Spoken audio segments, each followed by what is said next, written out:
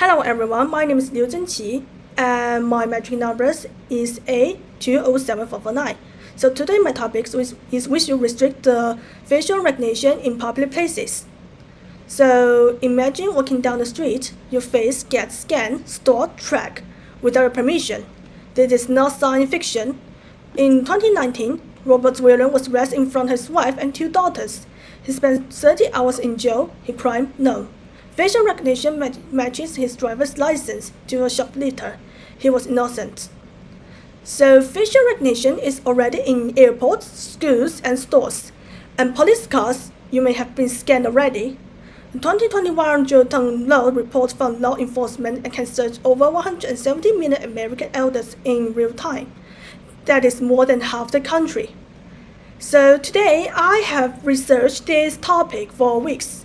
I review MIST, ACLU, and multiple academic studies. The evidence is clear. Facial recognition offers some security benefits, but we must restrict it in public places. Why?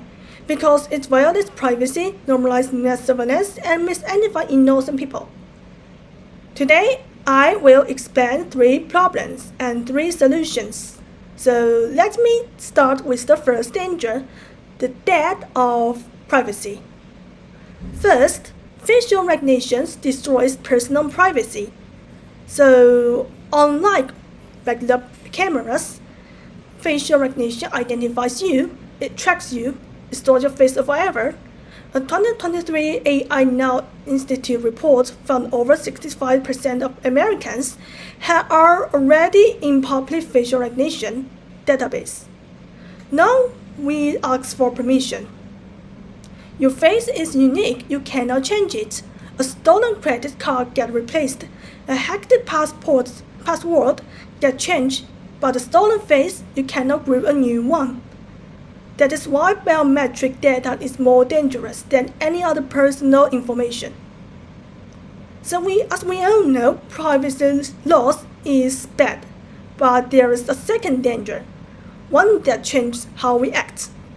Second, constant surveillance becomes normal over time. When cameras watch you everywhere, you stop noticing. You start accepting it. That is how freedom dies. Not with force, but with silence. A 2020 study in the Journal of Experimental Criminology proved this. People under facial surveillance change their behavior, they protest less, they speak critically less, they even help strangers less. History teaches us this lesson. Overpressing systems never arrive overnight. They arrive one small freedom at a time, always in the name of security. When you never know if you are being watched, you change your behavior all the time. That is the silent death of freedom. Now for the third and most unjust danger, the technology gets it wrong, and the errors are not random. For the last opinion and the third opinion, that is third, facial recognition frequently misidentifies people, especially people of color.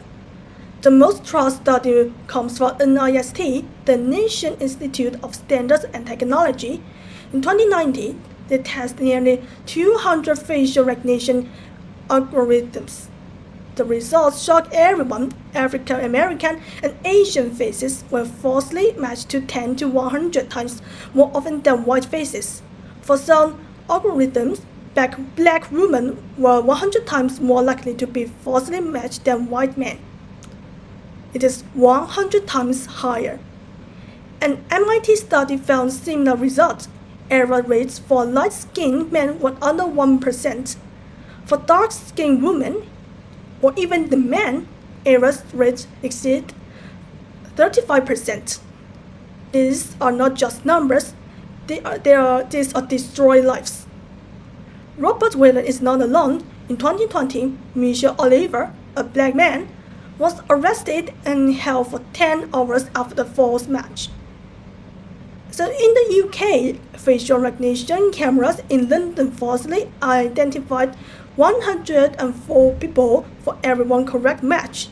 That is a 99% error rate. So when we put flawed systems in public places, we actively harm marginalized communities the most. These are 3 dangers are serious, but we can fix them. Let me share 3 practical solutions. So there are 3 solutions to protect our rights. Ban live facial recognition without a warrant. Police should not scan crowd freely. They need probable cause or judge approval, just like searching at home. San Francisco, Boston, and several European cities have already done this. They are not less safe, they are more just. That is the first solution. Here is the second. The second solution is require identified testing, automatic detection. Every system must be tested for racial and gender bias by the independent group, not the company that sold it. If it fails, it cannot be used. Facial data must be deleted after 30 days unless there is a warrant, not permanent surveillance database. A 2022 RAND corroboration study found that cities with transparency laws and nearly double the public trust in surveillance compared with cities without them. And here is the third and final solution. So we need to pass federal laws now, especially the federal laws. The United States has no national laws on facial recognition. Over 100 million Americans live in states with zero regulation, so support the facial recognition of Biometric Technology Moratorium Act. You should ban federal use except in limited cases. A 2023 Pew poll found 68% of Americans support a moderate tone on government facial recognition. The public is ready. Congress must act. So what happens if we actually do this? Let me end with the benefits. So first, we need restrict facial recognition. Everyone wins. First, innocent people stop getting arrested. No more Robert Williams cases. No more 10-day jail stay for the Malaysian mistake. Second, public trust returns. People feel safe being themselves in public. They protest, they speak freely, they trust their neighborhoods. Third, we save money. Millions of dollars spent on faulty cameras can go to schools, roads, and real public safety programs. So let me bring this all together. Today I show you 3 dangers. Facial recognition destroys privacy, it normalized surveillance, and it misidentifies innocent people, especially people of color, and shock rates. I also show you 3 solutions: warrants, identify test, federal laws. Now I challenge you. First, believe this: your faces belong to you, not the government, not corporations. Second, educate yourself. Follow the ACLU and EFF.